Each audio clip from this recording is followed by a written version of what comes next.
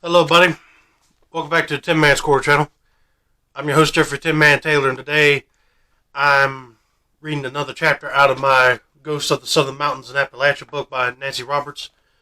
And the title of this one is called The Specter's Vengeance, and it takes place at Ducktown, Tennessee. So without further ado, let's get into it, shall we?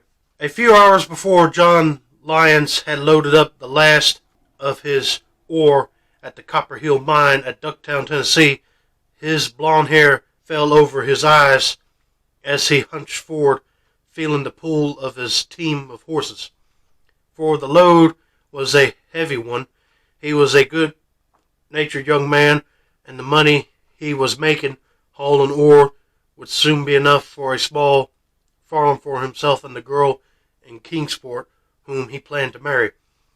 His mind dwelled happily upon these things, but the ride to the river was not to be the quiet one he had expected, and his musings were soon interrupted by apprehension. Robbers had been waylaying wagons near here and driving the horses and wagons over the cliff after robbing the bodies of the dead drivers. Lyons, like most of the teamsters in eastern Tennessee and North Carolina, was well paid for hauling ore from the mine to the river dock, patted his money belt uneasily, and as darkness fell across mountains and valleys, every shadow seemed ready to leap out on him. Thinking he heard sounds other than the creaking of his wagon wheels, he looked around expecting to see robbers at any moment. It was not his imagination, for another wagon was following his.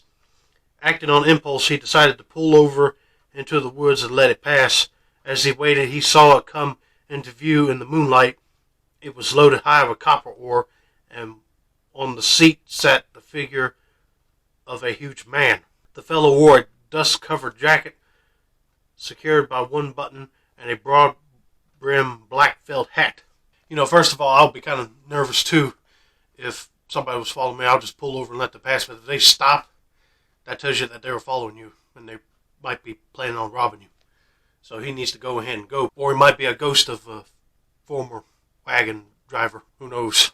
But that would be scary to see. Lyons stared curiously at the face, and at first glance was appalled by its paler and starry eyes. But as he watched, the features seemed to spring to life. The mouth broke into a smile, and the hollow eyes lit up. The features were strangely familiar. The man obviously meant him no harm, and it was good to have company on this road, he thought gratefully. I'll be like, phew, if he's smiling and he don't seem like he's going to get out of his wagon to attack you. I'm perfectly fine with that, but that seemed sort of strange that his eyes just lit up. But not far away from the landing on the river where the boats were loaded to carry ore to the Specter in Chattanooga.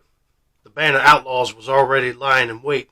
They stood well back in the brush along the banks of the creek where the road from the mine crossed it. Whispering and grumbling, they waited. I told you John Lyons would be the last teamster away from Ducktown tonight.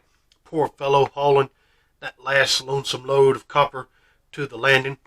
Their leader smirked, but his words froze on his lips as he watched the wagon cross the ford. Neither the horses' hoofs nor the wagon wheels splashed the placid surface, but instead the wagon appeared to glide over the water.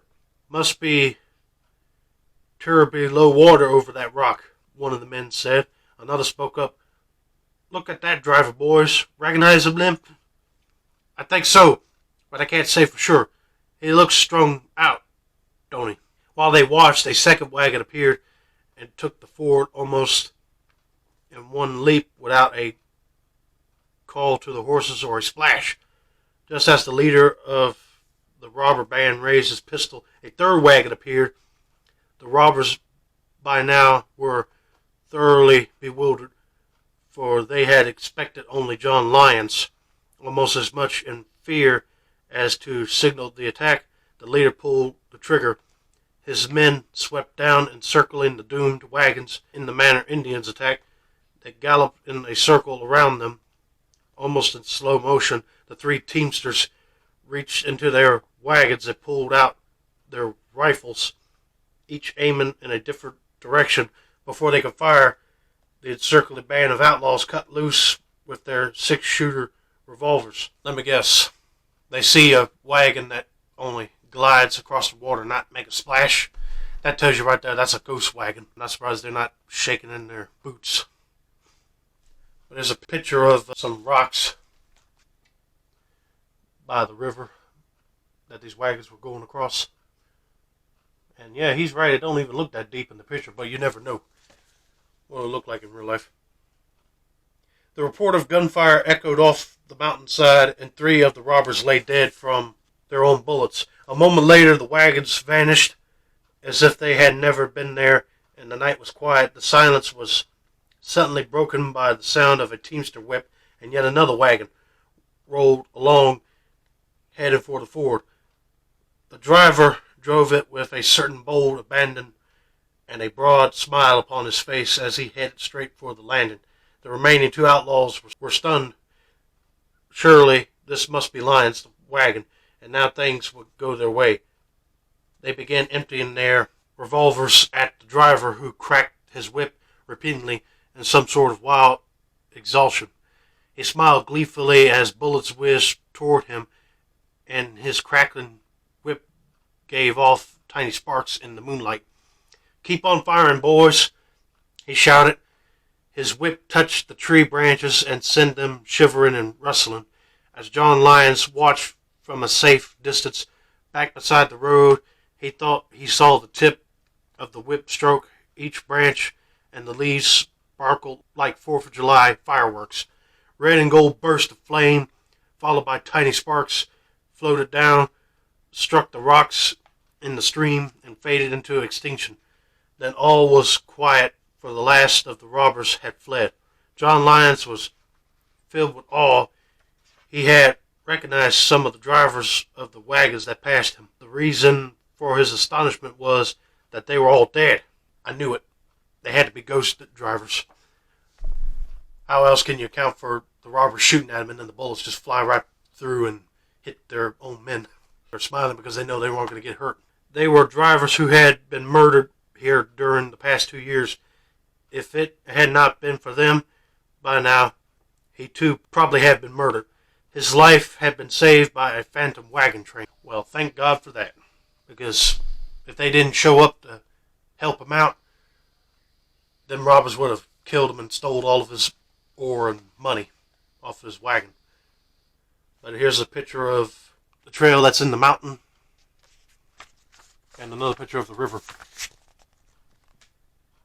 Okay, I hope you guys enjoyed this video. I got one more story left in this book, and then I'm done reading it forever. So that's going to be it for now. Don't forget to like, subscribe, turn on special notifications for more book reading content like this.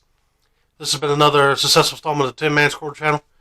I'm your host, Jeffrey Tin Man Taylor, and I said that's a wrap, and have a nice day, y'all.